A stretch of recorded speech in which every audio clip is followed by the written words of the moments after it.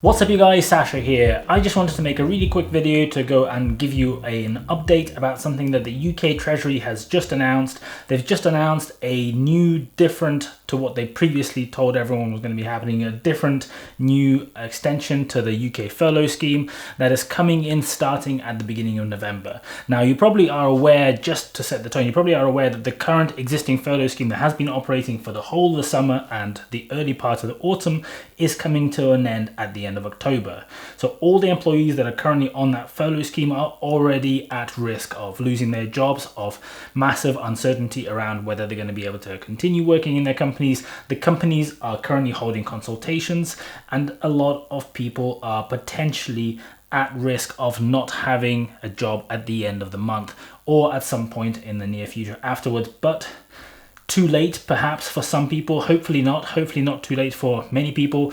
The UK government has finally gone and come out with a job support scheme that will actually help, they say, businesses go and retain the people that they're currently considering letting go, except it's not quite as clear cut as the government is making it out to be, and certainly not as clear cut as some of the news media are talking about it. So this new scheme is called the Job Support Scheme. It allows companies that are forced to shut down due to either a local or a national lockdown to go and get a very similar type of payment to the way that the old furlough scheme worked. Actually, you can now get more. So what they're now saying is from November, if you are forced to shut by one of these shutdowns, so if the government says that your business has to shut its doors, then you can get two types of benefit. The first type of benefit is your employees can get paid up to 67% of their salary, up to £2,100. Now that's actually quite good, because that is equivalent to over £3,100 a month, or £37,600 a year in terms of salary. That's actually a much higher threshold than they previously had, even if they're only covering 2/3. You still have to pay national insurance contributions and any pension contributions on top of that. So in terms of the total, we're probably really talking something like 50% of the total cost of the employees that the government will be paying to businesses who have been forced to shut down. There is one rule around this, and that is the employee has to be furloughed according to the scheme for a minimum of 7 consecutive days. So what this means is if the shutdown is only temporary, if your particular business is only shut down for say 5 days or under 7 days, you will get nothing. So this is a risk, and this is certainly something that isn't going to keep businesses happy, because if there is a local lockdown or a national lockdown, but your particular business is not forced to shut down expressly because of the nature of your business, let's say you're not a pub or you're not a restaurant, but you're some other type of business that is not forced to shut down, even though your business is probably going to be severely impacted, this scheme will give you absolutely nothing.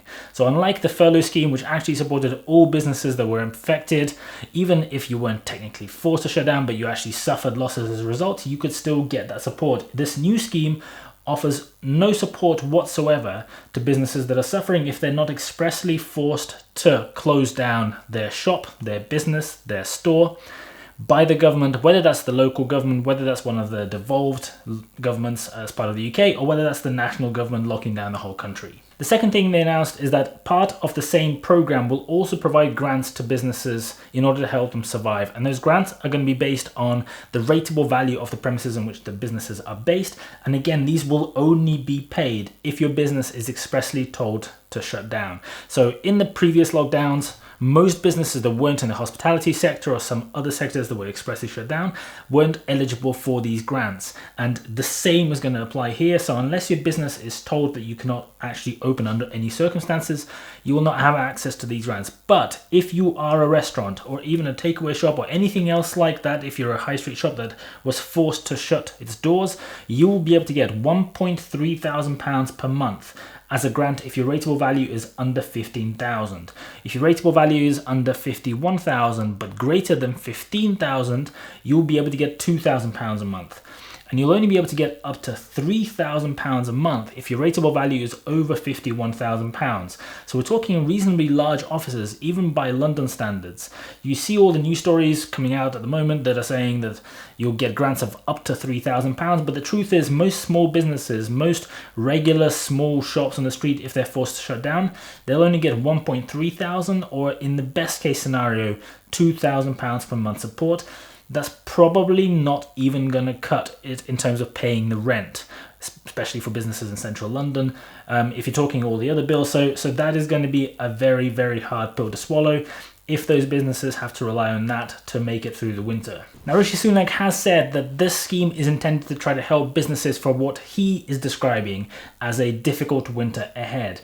But the problem is, despite the winter being difficult and despite a lot of businesses being very negatively affected, a lot of companies are possibly not going to get the help that the government is telling everybody they're going to be providing to them, because unless the government expressly shuts them down, they won't get anything at all. With many businesses already in the brink, the big issue that these announcements do not address in any way whatsoever is that starting from sometime in April, the various different types of loans that the government has been forcing the banks to dish out to these businesses in order to survive through this year will have to begin being repaid. Now, very recently, the government did put out a separate announcement where they said that the loans that they have dished out to the various businesses for periods of up to 6 years can now be extended. And they can now go for as long as 10 years, which in many cases will get close to halving the monthly payments on them. But if the businesses have to go through the next 6 months, through another big lockdown, through not being able to trade as they normally would, or in some cases not trade at all, and only a part of their business costs are going to be paid for by the government, the problem is a lot of these businesses just simply will not have the money, will not have the revenue, will not have the cash flow, will not have the actual business from which to be paying these loans. So unless something drastic changes in the next few weeks, a lot of these businesses are going to be having to make very, very tough decisions. They still have to pay 50% of the salaries of the people if you include the taxes that they have to pay on top and then pension contributions, which is a lot if your business is taking in considerably less revenue than it normally does. These businesses still have to pay rent, they still have to pay their bills, they still have to pay a lot of other stuff where even if they are forced to shut and they get this extra money from the government, that's still not going to be covering it. So the issue we're now having is that the businesses that somehow scrape by from March through to today, somehow made it work, somehow made it through to this period where they hoped things would be on the up, are now going to be forced to shut down again, and the risk of those businesses not making it through the winter and the risk of them never recovering in the future is pretty high. We're already seeing massive cinema chains shutting down. We're already seeing other companies announcing that they will never actually reopen hundreds of shops or hundreds of restaurants that they've shut down recently.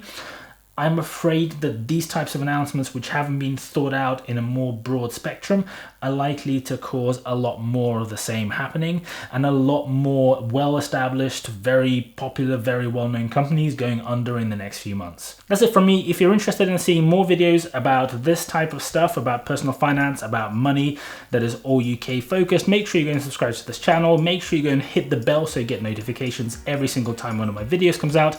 Thank you so much for watching, and I'll see you guys later.